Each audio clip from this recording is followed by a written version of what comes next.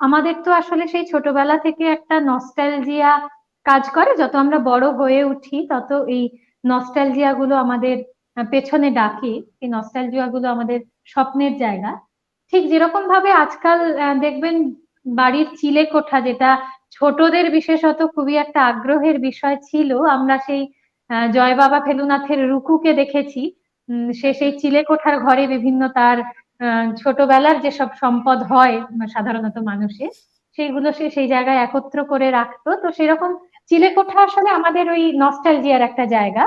তো সেইটা নিয়ে গান, যা যা আমাদের জীবন থেকে আস্তে আস্তে হারিয়ে যায়, বা যে জিনিসগুলো আমরা পেতে চাই ঠিক সবসময় তেমন ভাবে পাই না, এই বিষয়টা। যেমন তার মধ্যে একটা খুব গুরুত্বপূর্ণ বিষয়ের কথা আমি বলতে চাই, সেটা হচ্ছে সম্প্রীতি, সাম্প্রদায়িক সম্প্রীতির কথা। এটাও কিন্তু আমরা সাধারণ মানুষেরা ঠিক যেভাবে চাই তেমন ভাবে আমরা আজকাল যেন পাচ্ছি না, কোথাও একটা গিয়ে সেই সম্প্রীতিটা নষ্ট হচ্ছে। তো সেই ব্যাপারটাও গানটার মধ্যে রয়েছে। আমি পুরো বিষয়টাকে একটু একসঙ্গে মেলানোর চেষ্টাই করেছিলাম, সেটা আমি একটু জি। আপনাদের সামনে আচ্ছা শোনাচ্ছি। আচ্ছা। চিলে কোঠায় জমিয়ে রাখা আদর গুলো খুব কি বলো হেলা ফেলায় বেশ পুরনো। চিলে কোঠায় জমিয়ে রাখা আদর গুলো খুব কি বলো হেলা ফেলায় বেশ পুরনো।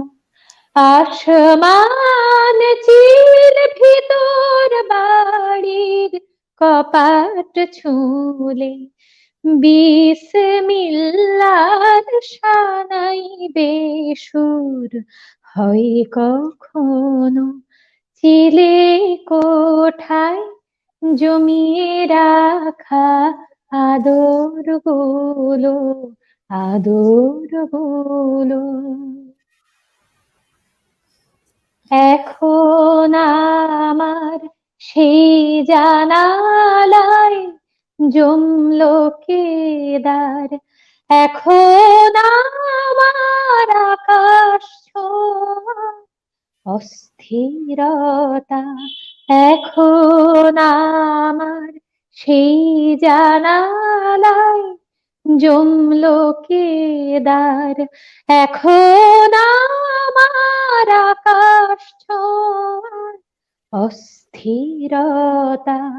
হয়তো মনে খুচরো হলো সমস্ত রং জমানো সব আদর আমার জন্মদাতা। চিলে কোঠায় জমিয়ে রাখা আদর গুলো, আদর গুলো আমার বেহাগ যখন কেবল কাফির সুরে কান্না বাজায়, স্বপ্ন পাড়ায় তোমার চোখে জাল বুনেছেন হাসন রাজায়। এতেই বোধ হয় পাগল হওয়ার ইচ্ছে হলো, এতেই বোধ হয় মাতাল হবার চক্রব্যূহ। যে সব হিসেব উড়তে শিখেও বন্দি হলো, তাদের পথের হদিশ দেবেন পথিক গুহ।